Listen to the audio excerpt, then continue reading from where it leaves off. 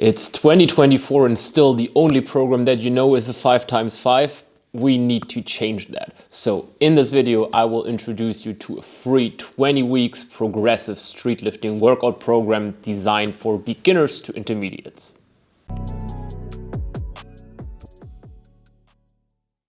So here's the structure of today's video. At first, we will take a look at the requirements of this program. So how strong you already need to be to run this program.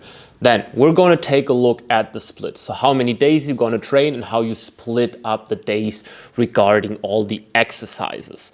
Then we're going to take a look at the exercise selection. So as it's a street lifting program, we have 4 lifts set, but what about variations, assistance, and how do we choose that? That is what we're going to take a look at then. Then we're going to take a look at the progression schemes. So how do you progress from week 1 to week 20?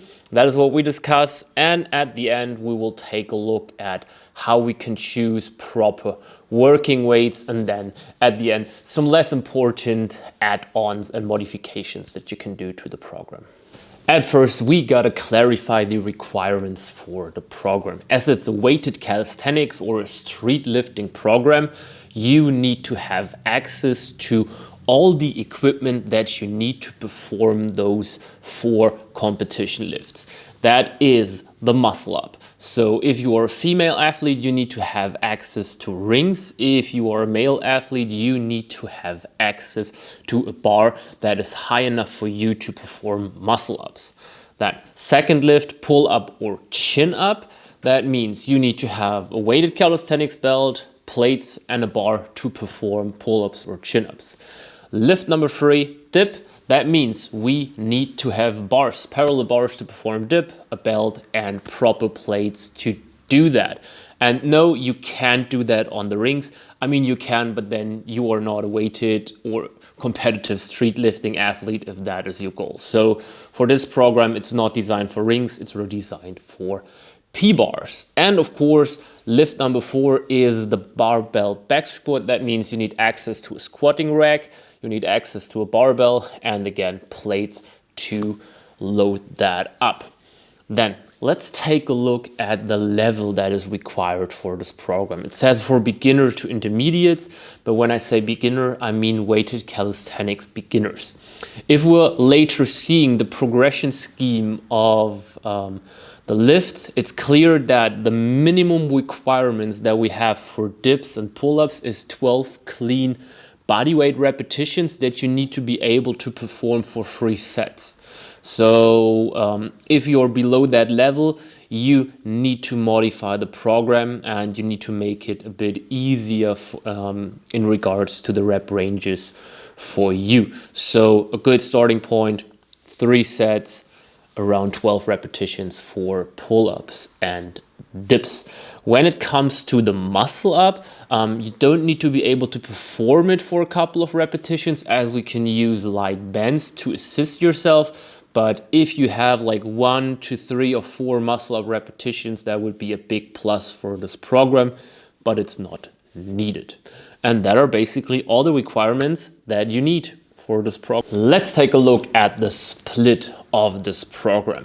In this program, you're going to train 4 times a week, and this is a variable that you cannot modify because this program is really set for 4 training days, so there's no room for modifications. If you need less or more training days, this is not an appropriate program for you. When we're looking at how the sessions are split up, we are using a primary, secondary, and tertiary day system.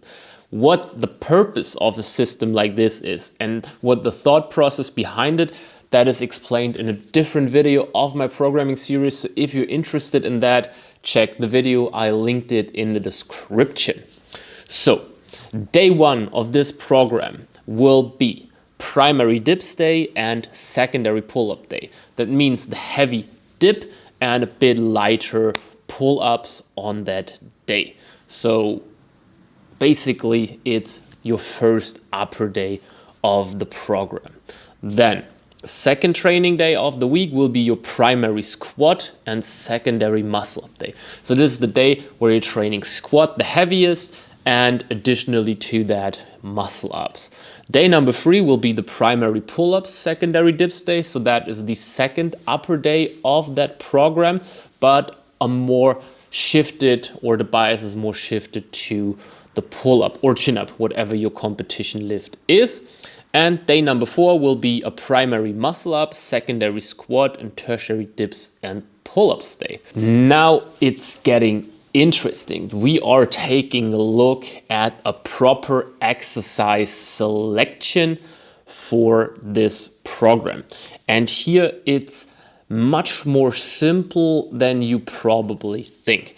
We will start with our 4 competition lifts because these are set. So this will be the base of the program. That means you start with your first main lift, and that will be the muscle up. Your second main lift will be the pull-up or the chin-up. So you choose what your competition lift is and you stick to one for this program. So chin-up or pull-up is your second set lift. Lift number 3, weighted dip on the P-bars, not on the rings, because that is your competition lift. And lift number 4 will be your competition squat. And why do I call all of these competition squat, competition dip, competition lift, and so on? Is because every weighted calisthenics or street lifting competition comes with a certain set of rules and a certain set of equipment that you can use for it. So whenever we're talking about a competition lift, it's the lift that you will perform with the equipment that is allowed in the competition and under the rules that you need to fulfill for the competition. So a pull-up can be a Gironda pull-up, it can be chest to bar pull-up, it can be perfect pull-up, any type of different techniques. But when we're talking about a competition pull-up, there is a certain set of standards applied to it. And that is what I mean when I say we are having the competition pull-up set. Same for the dips, muscle ups, and squats, of course. Then, second layer of this exercise selection here will be a variation of each of those lifts.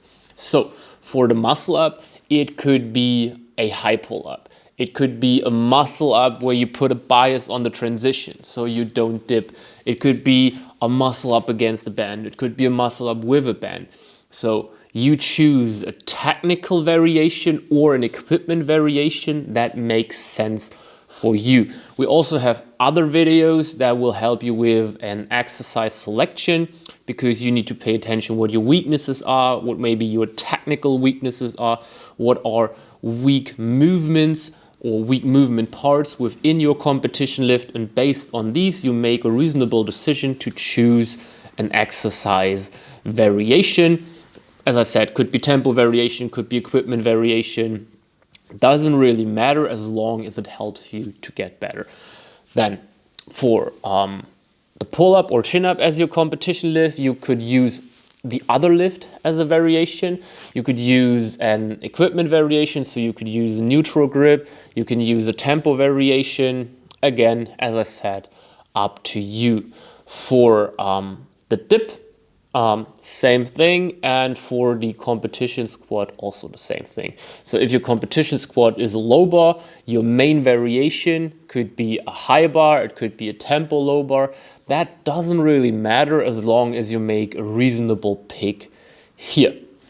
Then we have the third layer of the program, and that will be your main assistance of each lift. So what you're going to do is you will choose, again, under a reasonable thought process, one assistance exercise. So when we're taking a look at the muscle up, our main assistance exercise is already in the program, which will be our competition pull-up or chin-up. Work is done, you don't need to pick anything else here. But for the pull-up, your main assistance should probably be something that is more in the horizontal pulling direction. So a rowing exercise could be excellent. A lat pull exercise could be excellent. So there are many good picks that you can do here. For the dip, it could be a bench press, it could be an overhead press. So again, pick a main assistance that helps you in your main lift, that allows you to really accumulate more volume that is also fun to you, that you want to train. And the main assistance, at least in my opinion, should also be an exercise that you also want to get better at. So if your main goal next to the dip is getting better in the overhead press, then choose an overhead press as your main assistance. If you want to also have a strong bench press, then rather choose a bench press for that. When it comes to the squat, the main squatting assistance in that case will be probably something like a leg press, like a Bulgarian split squat, a lunge, and so on. And we will also have a second level, especially for the legs, when it comes to the assistance, and that would be a hip hinge exercise, because that is always needed if you want to have a very, very good squat. We also need a very strong hip hinge, so that will be also included in the program. And that will be layer number 3, and then depending on how much volume you are able to train, there will be a 4th layer to the program, and that will be a second assistance to the main lift. So depending on what you chose for your assistance number 1, you can now have a different pick for exercise number 2. And once we're talking about the progressions and how to set up the training days individually, you will see that different exercises can make sense here. So now that you've picked all the levels of different exercises that we need, so competition lifts, variation equipment or technical variation, assistance number 1, the exercise where you also want to get stronger at, and assistance level 2, which is more a bit of an hypertrophy assistance for the main lift. And now we're going to take a look at how we need to set up reps, sets, and reps in reserve for each of those different levels. Because as you remember from the first part of the video, we will have primary sessions. So we need a progression system and reps, sets, and reps in reserve for our primary day main lifts. We need one for our secondary day main lifts. We need one for assistance level 1, and we need one for assistance level 2. And this is what we're going to do now. So now we're going to start with our primary day main lift. And for the primary day main lift, we are going to use a top and back off system. That means we're splitting up the lift in a heavier top set and lighter back offs. Each training block will consist of 4 weeks with a lighter introduction week and then 3 overloading weeks following after that. So we don't have a deload in that system, but rather a lighter introduction week that the progress will kind of look like this. So we're ramping up 4 weeks, then we're starting a bit lower, ramping up 4 weeks, starting a bit lower, ramping up 4 weeks. And as it's just a 4-week system, there's probably no need for a deload in that system. So when we're looking at the main lift, we will have a slightly volume reduced introduction week. We're starting in block number 1 with a 1x5 top set, 2x8 back offs at 3 to 4 reps in reserve. Then we're leveling that up to week number 4. A top set, again, 5 repetitions, back off 3x8, but at 0 to 1 reps in reserve. And then we're scaling those top sets down. So block number 2, we have 4 repetitions as a top set. Block number 3, 3. Block number 4, 2 repetitions. And in block number 5, we're going down to singles. And a similar approach is what we're going to do in the back offs. So when the top set is going down, we're also scaling the back offs down a bit. And how that is done in detail, you can see in the screenshot here, which I would also suggest you to screenshot so you can set that up on your own in your program. Whenever we're talking about volume here, of course, this is just a recommendation. If you know that you cannot handle as much, or if you need less, then feel free to adapt it. This is just what I set up in this program here. Next progression scheme that we need is the progression scheme for our secondary day exercise for our main lift on the secondary days. And what we're going to use here is a bi-weekly progression. So we're keeping the reps in reserve constant so that also the fatigue coming from this day will be roughly constant, and we're using the bi-weekly progression to drive load over time. How does that work? We're starting in block number 1 after the introduction week with a 4x7 at 3 reps in reserve. Next week, we're going to have a 4x8, same weight, also roughly 3 reps in reserve. And then we're increasing the weight and dropping down the repetition by 1 so that we still keep roughly 3 reps in reserve. And then we're scaling that down a bit from block to block to block. So the reps are getting a bit lower, but the sets are getting a bit higher. So we always want to have roughly the same fatigue from this training day, but as I said, the load should go up because that is what it's meant to be in a strength training program. And how that looks exactly, you can see again here, and feel free to screenshot that so you can adapt it for your program. The only exception always will be the block number 5, which is designed a bit differently, as it's kind of like our peaking block where we want to then test our 1 rep maxes. Now, we talked about how to set up the progressions, rep sets and reps in reserve for our primary day main lifts and our secondary day main lifts. There is a big exception to that, and that will be the muscle up.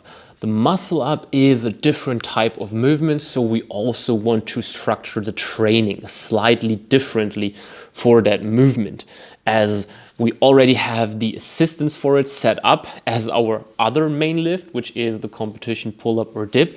We cannot structure the muscle up in the same way because we already have one very heavy and intense pull movement in our program.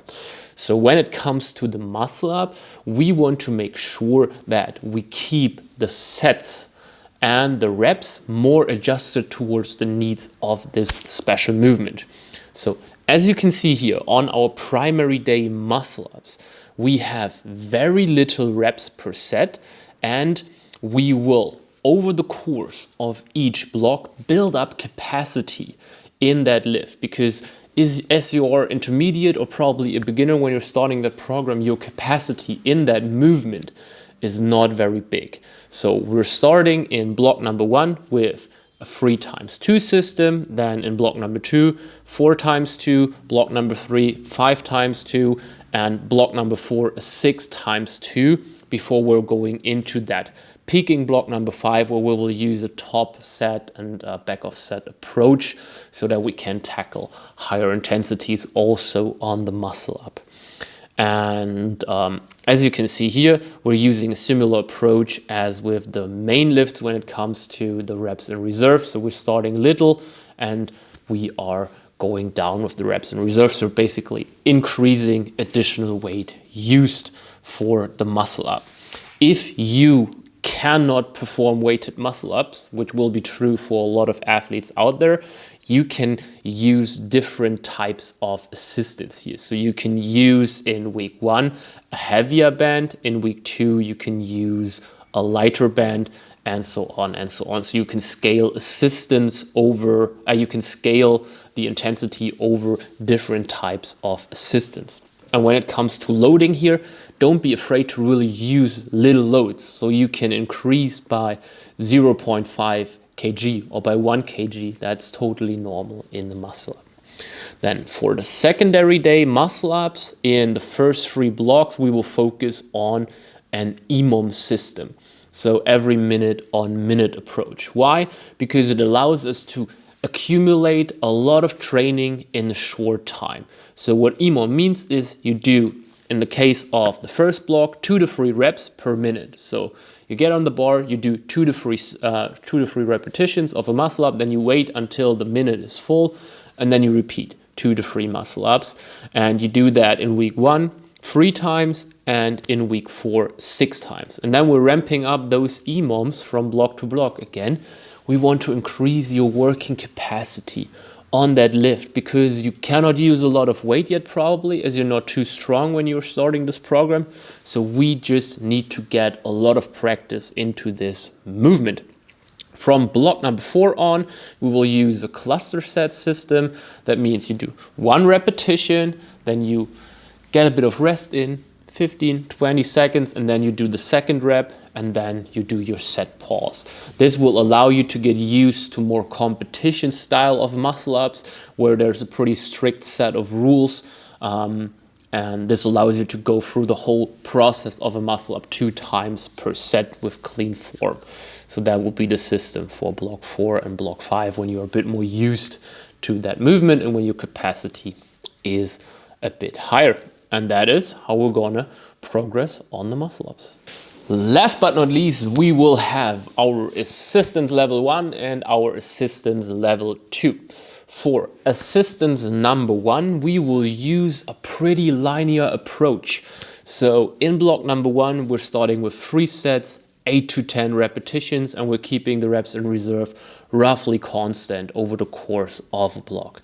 Block number 2, we are increasing by 1 set. So we are trying to increase the whole workload by 1 set per week. Then in block number 3, we're keeping the sets constant, but we're decreasing the rep range so that we are able to increase the load.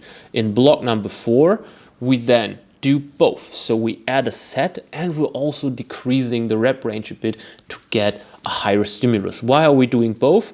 Because if we're decreasing the reps, so we're getting the weights up, we at a certain point might lose a bit too much volume for the whole program. So that's why we're just adding a set to again keep the workload in here not too different from the previous block. And in week number 5, we add a slight peaking to that system, as you can see here. And assistance number 2, super basic, because assistance number 2, there will be your bodybuilding type of assistance, pumping, getting a good stimulus in, nice mind-muscle connection. And here, nothing special. We'll keep it to 3 sets for that assistance, rep range somewhere in that 10 to 15 rep range, and rear around 2. You can also go a bit closer to failure if you want to, just test out how that affects your other lifts. But in here, nothing special, no really progression system need. We just keep that roughly constant. The next step to create a proper program is the weight selection. And the weight selection is also not as complicated as you might think. We basically have 2 different types of strategies how we can select our weights, and we will using both regarding this program.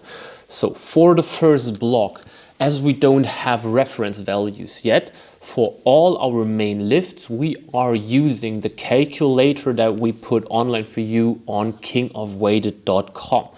So basically what you do is you calculate an estimated 1 rep max from a recent training set of yours. Then you use that estimated 1 rep max, you scroll down and type that in together with your body weight for the upper body lifts in the reps in reserve or RPE calculator. And then you will get a table telling you for this amount of repetitions with this amount of reps in reserve or RPE values, I need to use this working weight. And this is what you do for your first week for all your main lifts. In week number 2, you then have a reference value and you can see, was that value accurate for week number 1 or not? If not, you adjust it. And that is how you run the first block. And for the second block, you don't need to calculate anything anymore because you have all the reference numbers from the first block. So you know pretty accurately how much repetitions you can do for a certain weight with which reps in reserve. And based on these values, you program your second block values with a small weight increment. And that small weight increment compared to the first block should usually be something in between 2.5 to 5 kg. So for a squat, you can add more weight per block than for a pull-up because the overall amount of weight that you can move is a bit lower. And that is how you calculate and run the program for the main lifts. For all the assistance exercises, it's much simpler because it's just trial and error. Those calculators are not very good to give you precise numbers for higher repetitions. So all those formulas that are based on an estimated 1 rep max, they're working pretty good in the 1 to 5 rep range. But if we're searching for additional weights for higher repetitions, as we will have them in those assistance lifts, they won't do a good job. So here it's really trial and error. So pick a certain weight and then in week 1 and 2, test it for a couple of sets, see if that fits with what you want to achieve, and if not, adjust. It's as simple as that. If we're now putting all of this together, we have a pretty decent program already. We have our 4-day setup, we have the basic structure of exercise selection, and we assign reps, sets, and reps in reserve to all the exercises. And now you can see it's pretty empty on certain spots, and for those spots you can add add-on exercises to this program. Those add-on exercises are pretty individual, that's why I don't want to prescribe them for you, and you need to do that on your own. And then we have different categories of exercises that we can put in here, which is definitely core work. So we want to have a bit of rotation in, probably. We want to have a bit of a crunch movement in to train our abs and to train our obliques. So whenever you have a free spot in that program or days where you have a bit more movement capacity left, then additional core volume could be very useful. We definitely have more room for arms work. So I would suggest like at least 10 to 15 sets in total, if we add up triceps and biceps training, could be added to the program wherever there's time for it and wherever there's days where you feel you are still good recovered to do that additional arms volume. And the same is true also for leg isolation exercises like leg extensions, leg curls, and so on, where also an additional 10 to 15 sets usually are a good idea to add that in the program. So you don't need to do that from the first block on, but once you can really see if you can do more training, if you maybe need more training, or if you just want to target certain areas of your body a bit more because you want to put a bias on that because that's a weak spot of yours, then feel free to add those up on your own in the program. Same, of course, with even more assistance exercises, so maybe a third layer of assistance exercises. Always remember though, you are a strength athlete, keep your training specific, don't try to throw a lot of junk volume in that program if it's not needed. So whenever you're adding volume, make estimated guesses, see if it was really needed, if it makes you better. If yes, good, you can continue. If not, feel free to throw that out again. So all that being said, you should now have a pretty comprehensive program that will help you to progress over a course of 20 weeks. Of course, it's not a perfect program. It's just a rough estimate idea that I wanted to share with you because everything we see on the internet is Westside, Wendler, and whatever, all these old school systems which are pretty hard to adapt for more beginner to intermediate stage. So here's a program that will work very, very good in the street lifting context. And once you're getting more and more experienced, you will know and learn how to adjust it better to your needs. And then you will be able to write very, very good strength training programs. And if you want to have my help with that, then feel free to schedule a free consulting call for our coaching service, and then together with our help, we can create a program that is really tailored to your needs, that will help you to get rid of discomfort while you're getting stronger. We can also help you to maybe integrate 1 or 2 calisthenic skills of your choice that you want to level up. So there is so much more to explore when it comes to programming that we can do with you. But I think for the beginning, that's a very good thing here.